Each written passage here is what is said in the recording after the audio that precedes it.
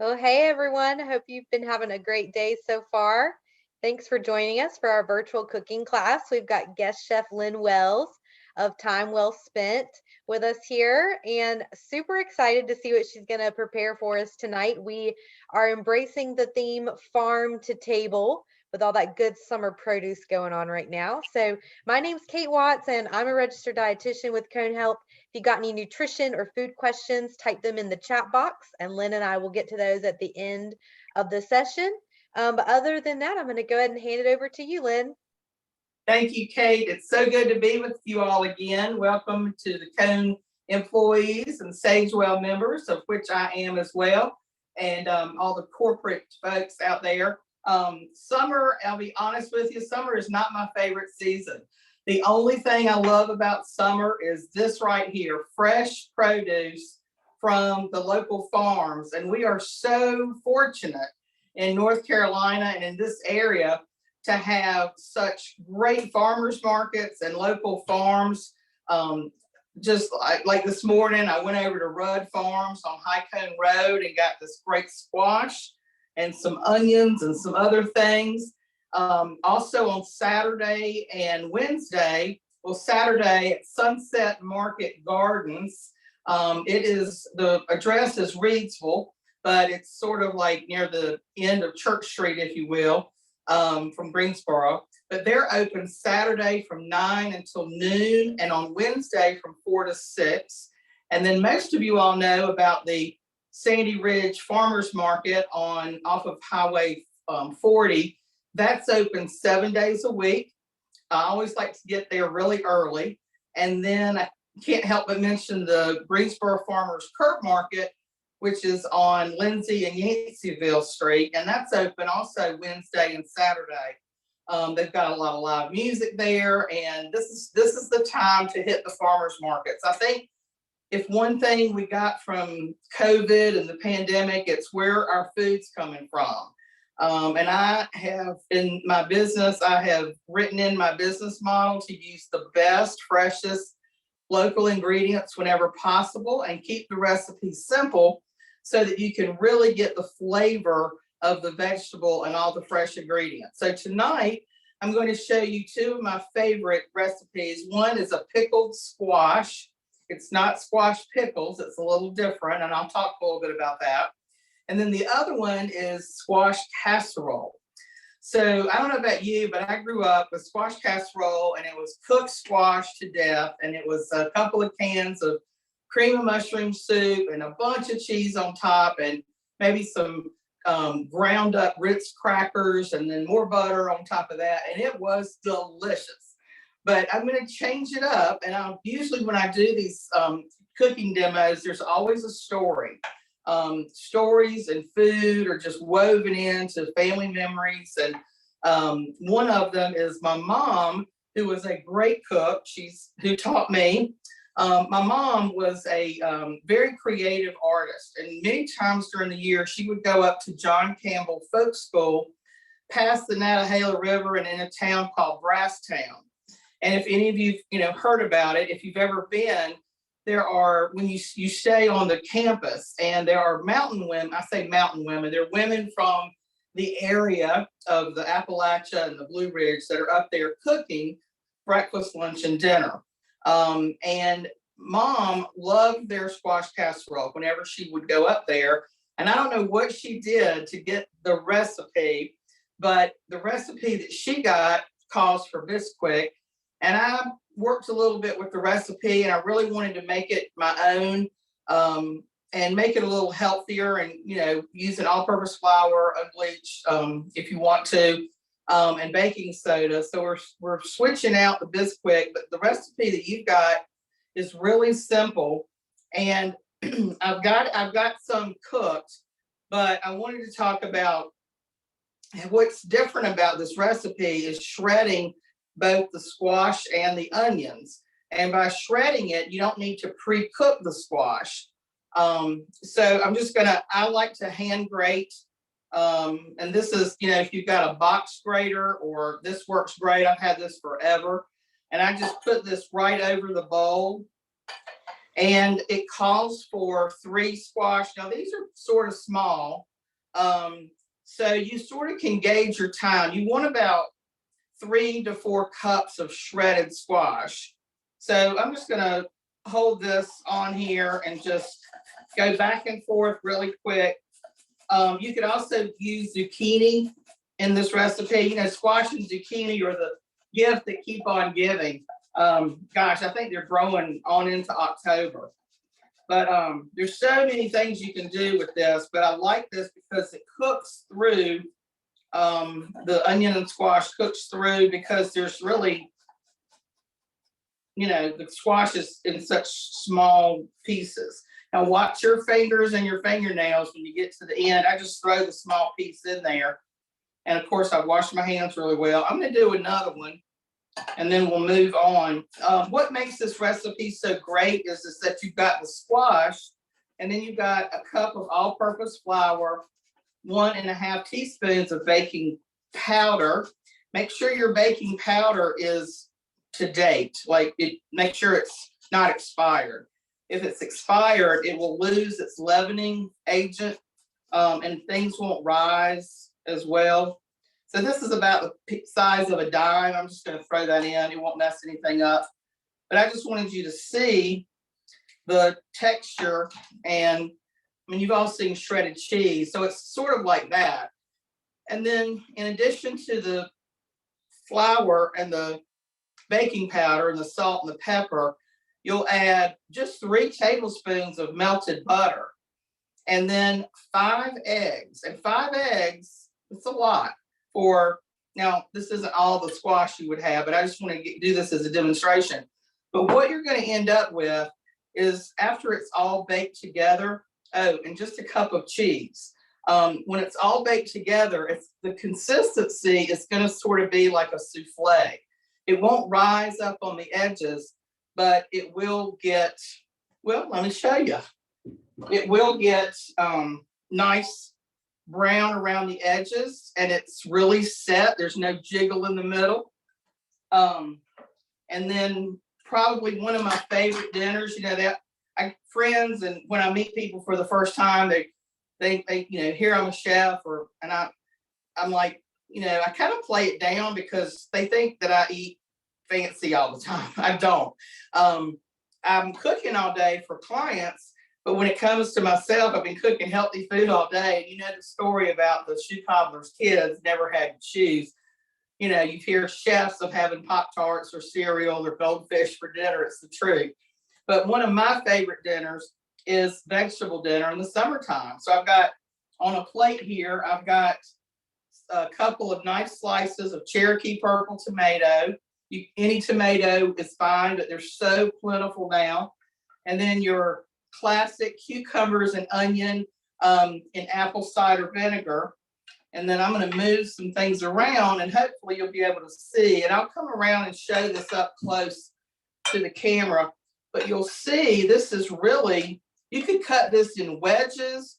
You could cut it, you could scoop it out. But look at that nice golden crust there. I'll hold that up just a little bit. I mean, that is beautiful. And I'm going to come around and show this to you, both on the plate. It's baked up so nice, and that's the egg. So you know, put a cob of corn on here, maybe some butter beans, a wedge of cornbread. Goodness, that is a feast right there. And then in the pan, it's and this cooked.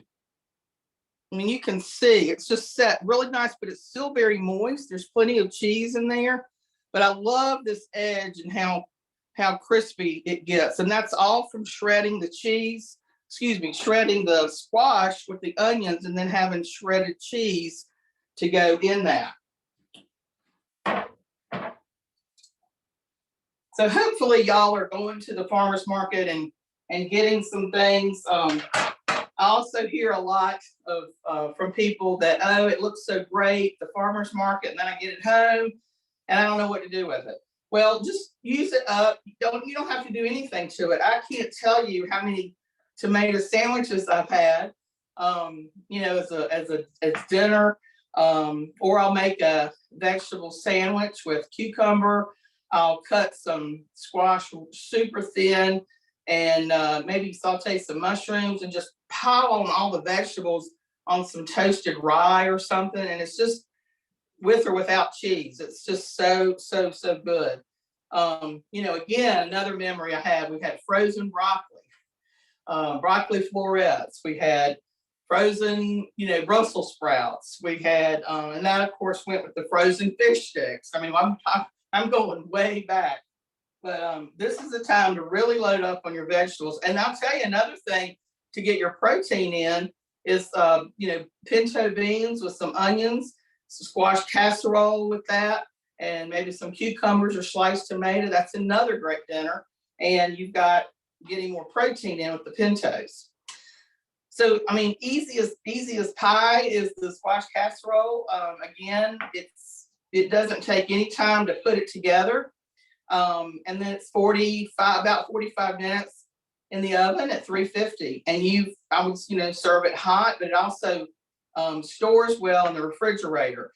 I've never frozen the recipe, but you could certainly try it and see. I'm all about experimenting. So give it a try. If you want to do it in a square pan, like an 8x8 casserole dish, you want to prepare the pan first by either using cooking spray or butter, since butter's in the recipe. And you could use a square pan and then cut it into squares, because it's really, with all those eggs, it's going to set up so you can cut it versus scoop it out like an ooey gooey casserole. So I'm going to move on to the pickles. So when I think of pickled vegetables, they've really just been tossed in a vinegar and sugar mixture. I'm not getting into canning or anything, but you certainly could can this recipe if you have all of the, the hot water bath and the tongs, and you just want to make sure there's plenty of YouTube videos out there if you want to use jars to pickle anything with. But a lot of times you'll see on restaurant menus roasted vegetables. And I catered a party a couple of years ago at the furniture market, and I pickled everything. And it wasn't too vinegary, if you will, if that's a word. But people thought, and it was in the spring, and people just loved the idea that if things weren't roasted, they liked the change of pickled vegetables. And carrots, if you buy the small carrots, you could pickle anything with this recipe, just about. And it's just sort of, think of it as making a salad and using more dressing than you normally would, except you're just using the volume. You've got your sliced squash and celery and onion, and then we're going to make the dressing. So in this recipe, one of the things that makes it just really come together is turmeric. And turmeric it's so beautiful. And it smells, I just sat there and just smelled it earlier today. So it's got a mild, earthy, peppery flavor, and it's very bright orange. It's so bright that if you were to mix this in a white Tupperware bowl, it would stain the bowl. It's also like if you pick a flower and, like the lilies, and you get the pollen on your fingers, it's hard to get off. Turmeric's a lot like that. So you don't want to cook with a white shirt on. Make sure you've got an apron. But it's really good. Turmeric is one of the ingredients in curry, and it's just so flavorful. And it's also got a lot of great anti-inflammatory qualities about it. And Kate can probably talk about that more. I'm a former dietitian, so I don't want to speak on that. I'll let her do that. But turmeric, like a teaspoon of turmeric and some almond milk with some cinnamon and honey, fabulous hot tea. It's just, or a hot milk. It's so good and just really soothing. And I believe, and Kate can tell us at the end, I believe that turmeric, the health qualities of turmeric will have more of an advantage if there's black pepper associated with it. Something about black pepper and turmeric coming together for the perfect marriage, if you will. But I just wanted to give a shout out to turmeric. There's not much in this recipe because you don't need much. There's also a cup of sugar in the dressing, but you're also doing a cup of apple cider vinegar and a cup of sugar. Now, if you don't, that's a lot, but it's also gonna go a long way to soak in through the vegetables, if you will. If you want to cut back on sugar, you could use a half a cup of sugar and maybe some honey instead, or you could use no sugar and use Splenda or Truvia, some of the more natural sweetener products, and it would be fine. Just keep, tasting it. I don't have a formula for what's a cup of sugar equivalent to in Splenda or Truvia. Some of them are equal, but it just depends. There's so many options now on what you can use, but I know that's a lot of calories and a lot of sugar. But that is the sort of the base for pickling is sugar and vinegar. And this has oil. You could use avocado oil. You could use olive oil. I used canola oil or vegetable oil in this. But the sugar and the vinegar, you just want to mix that up till the sugar dissolves, and then add your salt, your pepper, and your turmeric. And that's what gives this beautiful color, sort of like a it's yellow orange color. So that's our dressing, and I'm going to set that aside here so you can see. I'm going to talk a little bit about another tool to have in the kitchen. You do not have to rush out and get a mandolin. This is not in the bluegrass music mandolin. This is the slicing mandolin that will slice and cut your finger off. So I wanted to demonstrate, I didn't mean to be so graphic, but wanted to demonstrate the proper use of a mandolin. This is, you can adjust, it's got a knob on the side, and you can adjust the height and how thin you want to slice. But if you've got a lot of cucumbers, vegetables, you want to do onion rings, and you've got a lot to do, it just makes things faster, and it also makes things really uniform. But the key to using this is to have this tool right here. This is the safety guard. And as much as I use it and as confident as I might think I am in slicing vegetables, I will always use this. And to go a step further, when I'm cooking for like an event or something, and I've got a lot to do, and I know I'm going to be going fast, I'll even wear gloves, like food service gloves, just as an extra precaution. So I'm going to show you without the guard. I know I'm contradicting myself, but I want to use just one slice to see, or a couple. So 3 slices, that, if you want them thinner, then you just adjust the blade. But I think I might go 1 notch a little thinner. But using it, something like this. Now I'm going to use, like if you were doing something that was like, this is so long, it would be hard. Let me just show you. This obviously is awkward. So, and the distance between, the squash is tall enough to where I'm confident that I can get down to where I need the guard, if that makes sense. So I'm just going to go show you how. And I'm not applying much pressure, but you can see how quickly this squash is sliced. And what will get you is you'll have your fingers going like this, and you'll either get the tip of your fingers or you'll get this part right here. And you will know it. You'll think you've been like, I joke, but you'll think you've been bitten by a snake. Not that I've ever, knock on wood, been bitten by a snake. But when don't have the kids do this. So when you get down to like, a big onion or something that's just more substantial, you do want to apply some pressure to this, but you can see that I can go all the way down using the guard. And there's even one slice. The guard's got these little teeth on it that, will grip the vegetable or whatever you have. But in no time, I feel like I'm doing one of those commercials. in no time, you've got uniform, beautiful uniform sliced squash. And you could do it with a knife by all means. If you have, and it doesn't have to be perfect. I don't want to give that impression. I do keep my knives very sharp. And I think, if you keep your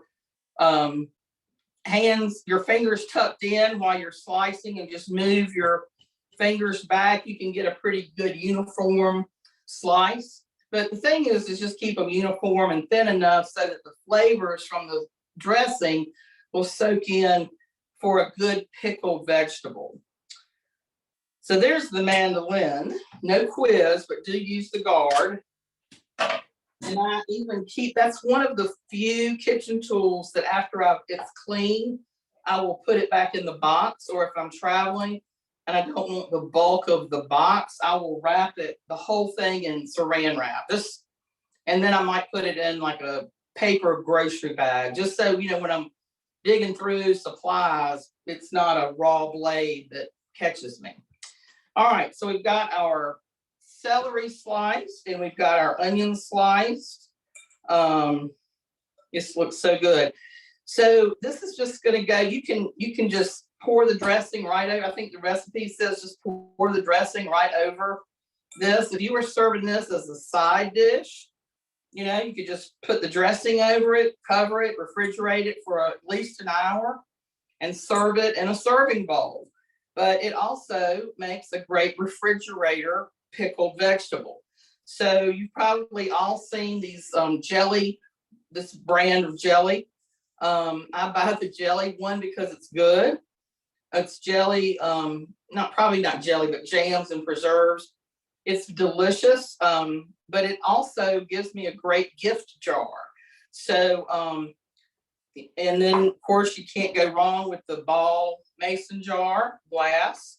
Now again, these aren't canned, so they're not sealed, but because of that, if you gift them, you just want to make sure the person you're gifting them to knows that they need to be in the refrigerator, not in the pantry. If they've been canned and there's a seal, they can be, out they can be in the pantry. So this is actually just like a salad dressing jar. And if I were going to do this, instead of, pouring the dressing on here and then trying to get this in the jar, what I like to do is I just like to stuff the jar first, make sure your hands are washed. And this is something that the kids or the grandkids could do. And, when these get cold and they soak in that dressing, it's just, they're really good. And you can adjust the dressing to your taste. If you want it saltier, add more salt. If you want, more black pepper, if you want to leave that out. But I do like the vinegar and the sugar or the sweetener, whatever you're going to use. I do like that balance. The dressing by itself, so if you have some extra dressing, it is great as a salad dressing. But I'm going to pack this pretty full, and I think we're about there. Okay, so there's that. And then I'm just gonna, oh, and I meant to mention, when I'm using the mandolin to slice vegetables, I like to put it on either a non-slip cutting board or have a paper towel underneath so that things don't slip around and move around. So, that's nice, colorful. And now I'm just gonna make sure your dressing is mixed really well. You could also put this in the blender and form a heavier emulsion so that you don't have any separation. But I'm just going to give this a little stir because I didn't do that. And you can just whisk it or stir it like I'm doing. And then I'm just going to pour it in until we reach the top.